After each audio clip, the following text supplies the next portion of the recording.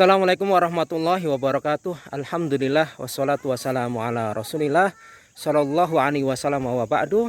Kaum muslimin wal muslimat yang dirahmati Allah Subhanahu wa taala, insyaallah kita kembali akan melanjutkan tadabbur Al-Qur'an, kisah-kisah yang penuh dengan pelajaran berharga, kisah Qur'ani. Kisah kali ini adalah kisah perang Uhud. Perang kedua di dalam Islam, terjadi pada tahun ketiga Hijriah di bulan Syawal, kurang lebih setahun setelah terjadinya perang Badar. Jadi orang-orang musyrik dari Mekah mereka mengumpulkan pasukan yang cukup banyak, sampai lebih dari hampir 3.000-an ya. Kemudian kaum muslimin pun juga mengetahui dan mempersiapkan sekitar 1.000 pasukan. Setelah berangkat ke medan Uhud, disebutkan oleh Allah Subhanahu wa taala, wa idh ghadawta min ahlika tubawiul mu'minina maqa'ida lil qital. Inilah Nabi sallallahu alaihi wasallam bukan hanya sekedar pemimpin agama. Beliau juga seorang mujahid militan. Beliau juga seorang dai yang sangat berkompeten dalam masalah umat.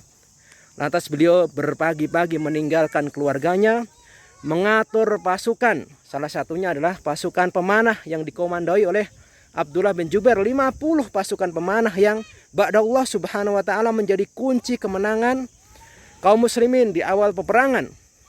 Tapi pada saat itu orang-orang munafik membuat satu tipu daya, akhirnya mereka pulang menyempah sekitar 300-an.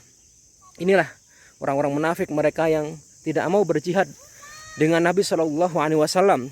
Di perang Uhud awalnya kaum muslimin mereka mendapatkan kemenangan, kemudian setelah mereka menduga bahwa peperangan setelah selesai, akhirnya mereka mengumpulkan ghanimah.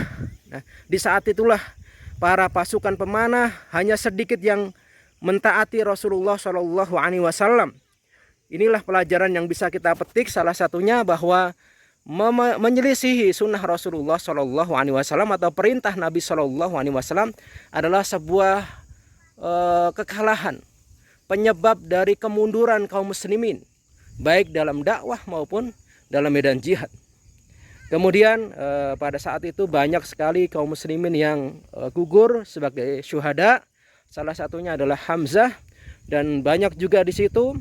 Kemudian turun ayat Allah Subhanahu wa taala, wala tahsabannalladzina qutilu fi sabilillahi amwata bal ahya'un 'inda rabbihim yurzaqun. Mereka dikabarkan dari Allah Subhanahu wa taala, jangan ragu bahwa orang-orang yang wafat di perang Uhud itu mereka mendapatkan rezeki hidup di sisi Allah Subhanahu wa taala. Kemudian pada saat itu terjadi perang Urat Syaraf. Nabi Shallallahu alaihi wasallam dikabarkan meninggal, sehingga para sahabat merasa terpukul. Begitu dahsyatnya di tengah peperangan ini kabar bahwa Nabi Shallallahu alaihi wasallam meninggal.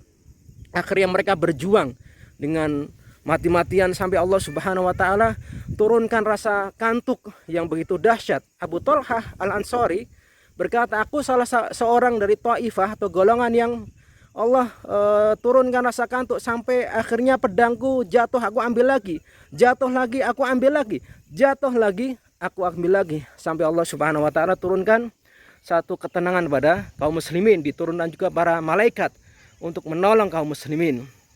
Kemudian kaum muslimin yang dirahmati Allah Subhanahu wa taala, di perang Uhud bisa kita ambil pelajaran berharga bahwasanya tilkal ayam nudawiluha bainan nas.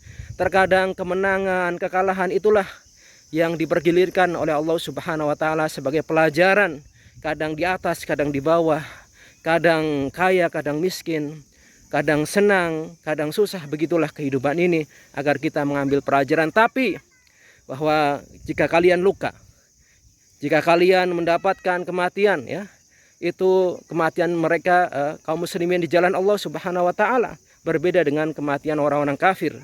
Mereka mendapatkan laknat dari Allah Subhanahu wa taala.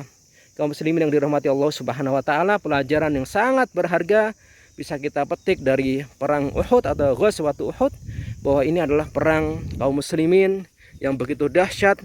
Di situ kita bisa mengambil pelajaran bahwa betapa bahayanya berita-berita yang tidak benar atau hoax terhadap kaum muslimin, maka kita harus berhati-hati.